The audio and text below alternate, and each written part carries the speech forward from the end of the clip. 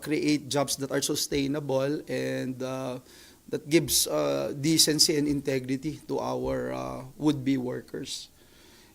No-brainer po kasi na nandun ka na sa enterprise at yung mga pag-aaral sinasabi na mas